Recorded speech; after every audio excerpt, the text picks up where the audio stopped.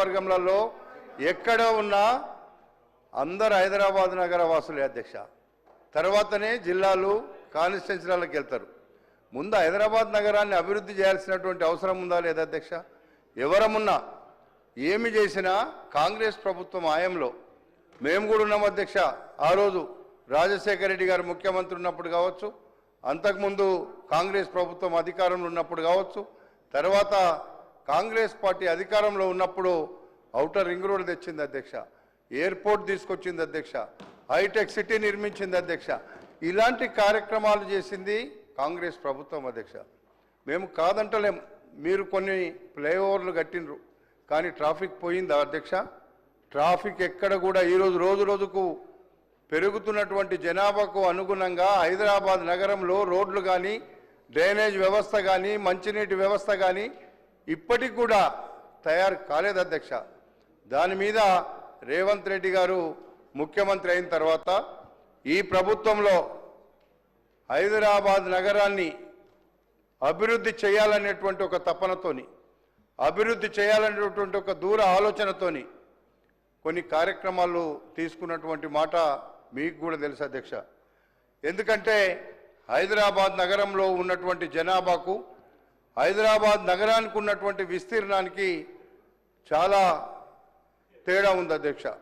అందులో హైదరాబాద్ నగరం, మన అందరం కూడా ఈ నగరంలో ఉన్నాం, కానీ హైదరాబాద్ నగరంలోనే రోజు రోజు పెరుగుతున్నటువంటి జనాభాకు అనుగుణంగా ఇంకొక కొత్త టౌన్ కట్టాలనేటువంటిదే ఫోర్త్ సిటీ ఒక ఉద్దేశం అధ్యక్ష.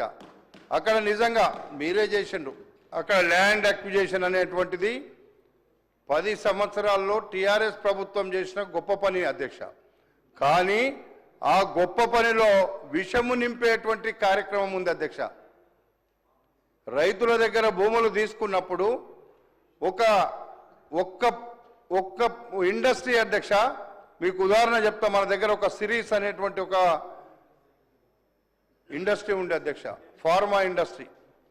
ఒక్క ఇండస్ట్రీ ఉంటేనే 100 కిలోమీటర్ల దూరం గాలిలో విష పదార్థాలు, నీళ్లలో విషం, భూగర్భ జలాలంతా కూడా కలుషితం. అలాంటి పరిస్థితి ఉన్నటువంటి పరిస్థితిలో 20,000 ఎకరాల్లో ఫార్మాసిటీ కట్టి ఎవరిని ఇబ్బంది పెట్టడానికి హైదరాబాద్ నగరానికి 15 కిలోమీటర్ల దూరంలో ఉన్నటువంటి ప్రాంతంలో మీరు ఫార్మాసిటీ కడుతున్నామంటే ఎవరికి మంచి జరగాలని కట్టిండ్రు అధ్యక్ష? అందులో ఎవరికి మంచి జరగాలని లేదు. అది కేవలం రైతుల దగ్గర భూములు తీసుకొని ఆ రోజు మీరు తీసుకున్నటువంటి నిర్ణయాన్ని మేము వ్యతిరేకించినాం అధ్యక్ష. భూములు తీసుకుంటప్పుడు వ్యతిరేకించినాం. వ్యతిరేకిస్తేనే కదా నన్ను గెలిచిన తర్వాత 300 ఓట్లతో ఓడించింది టీఆర్ఎస్ ప్రభుత్వం కాదా అధ్యక్ష? మీ గుండె మీద చెయ్యేసుకొని చెప్పమనండి.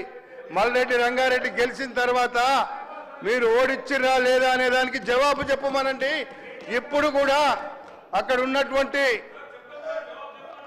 ఇప్పుడు ఉంటే కూడా మీరు గెలిచిన తర్వాత అనౌన్స్ అయిన తర్వాత 6,000 ఓట్లతో గెలిస్తే మీరు అక్కడ పోలీసులను పెట్టి అధికారం ఉంది 80 సీట్లు వచ్చినాయని ఆ రోజు ఓడించిన మాట నిజం కాదా అధ్యక్ష? ఫార్మాసిటీ కోసం మీరు జిల్లాలో చూసినారు అధ్యక్ష. ఈ మోసం చేసి రాలేదు అధ్యక్ష. మోసం చేసినప్పుడు మేము ఆ రోజు ఊరుకున్నాం.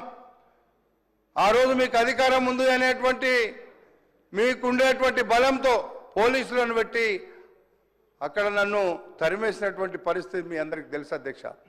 అందుకే నేను ఏమంటున్నంటే అధ్యక్ష, హైదరాబాద్ నగరంలో ఉండేటువంటి సమస్యల పరిష్కారానికి మీరు చేయలేకపోయి ఉండొచ్చు. మేము చేయాలనేటువంటి, ఈ ప్రభుత్వం చేయాలనేటువంటి ఒక కృతనిశ్చయంతో ఉంది. మీరు చేయడానికి సహకరించమని ఈ సందర్భంగా నేను కోరుతున్నా అధ్యక్ష. అధ్యక్ష,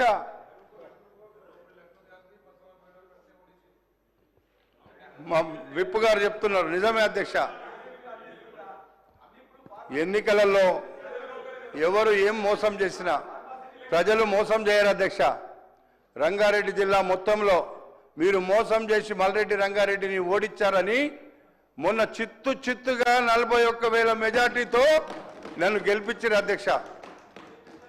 మీరు ఇవన్నీ మీరు కూడా అర్థం చేసుకోమని మా సోదరులందరినీ కూడా కోరుతున్నా. ఎప్పుడే కానీ ఎవరికైనా మోసం చేయాలని చూస్తే ప్రజలు మనకే మోసం చేస్తారని గుర్తుంచుకోమని కూడా ఈ సందర్భంగా నేను మనవి చేస్తున్నా. అధ్యక్ష, ఏది ఏమైనా పెరుగుతున్నటువంటి జనాభాకు అనుగుణంగా 2050 మాస్టర్ ప్లాన్ను హైదరాబాద్ అభివృద్ధి కోసం ఈ ప్రభుత్వం ప్రాధాన్యం ఇస్తుంది అనేటువంటి మాట మీ ద్వారా తెలియపరుస్తున్న అధ్యక్ష. దాంట్లో మీరు కూడా భాగస్వాములు కండి.